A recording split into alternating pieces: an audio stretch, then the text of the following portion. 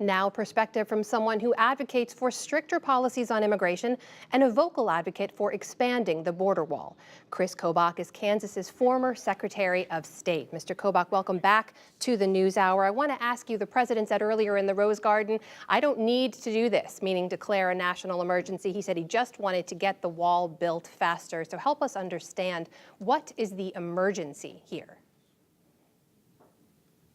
Well, listening to Attorney General Becerra talk, I think he pointed out that reasonable people can disagree as to how urgent any emergency is, and reasonable people can disagree on whether the National Emergencies Act should be big enough to encompass what's going on today with President Trump's declaration. But the law is really, really clear that basically the law says that a national emergency is something that the president deems a national emergency, and that's why it's been used 58 times. 31 national emergencies are still in effect. Did you know that there's an emergency still in effect that Bush put in place for the Belarus elections?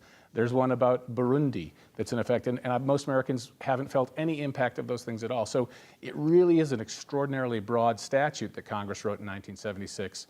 So I believe that what President Trump did today clearly fits within the National Emergencies Act because it's so broad. Now, but Mr. Kobach, I'm sorry to interrupt. I know your time is limited. He's legally, of course, allowed to, but by declaring an emergency, there's an insinuation there's an urgent need, there's a crisis in some way. I'm asking you to explain to us what that emergency is, why this needed to be done now. Oh, okay. Certainly.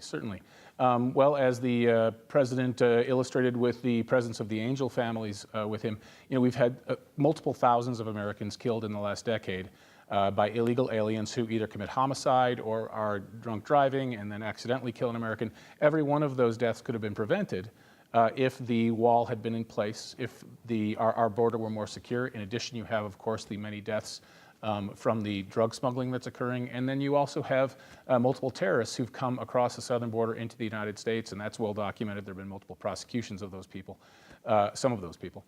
Well, Mr. Kobach, I'm sorry again to interrupt. I got to push back on this. Those criminal numbers you're talking about, those are statistically insignificant. There's no evidence that a wall would have stopped any of them. The drug trafficking you mentioned, the vast majority of those comes through legal ports of entry. The terrorist threat deemed by your own State Department last year was zero at the southern border.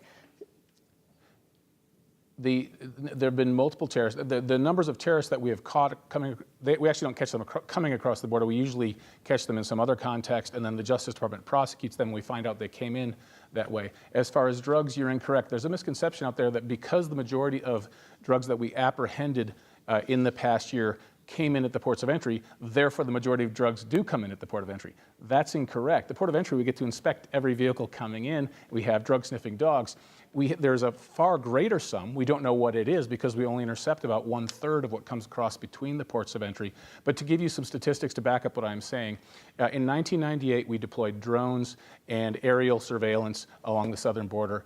The apprehensions of drug smuggling between the ports of entry went up 45%. Was that because drug smuggling went up 45%? No, it's because we caught a larger number. So it's generally the consensus there is certainly as much coming between the ports of entry, if not more, than what we are apprehending at the ports of entry. Let me ask you very briefly now, you obviously would like to see a wall built. The president would like to see a wall built. The majority of Americans do not, though. Consistently in polling, more than 60% of Americans are opposed to a wall in any form. So is it worth the president diverting billions of dollars of taxpayer dollars to pay for a wall that only maybe 1/3 of Americans even want to see? I disagree a little bit with your polling. In the sense that I've seen a zillion polls on this question, and it really does depend on how you frame the question. You can get 60% opposed. You can get 70% plus in favor if you frame it in a way. It's one of those questions you can frame a million different ways. But suffice it to say that a large percent of Americans want this, and suffice it to say if you ask Americans do they want a secure border where people who cannot smuggle drugs easily and terrorists cannot enter easily, they will say yes. A wall is a force multiplier. What it allows is if you imagine you have 10 agents, Border Patrol agents in a sector, and they've got no wall whatsoever in 30 miles.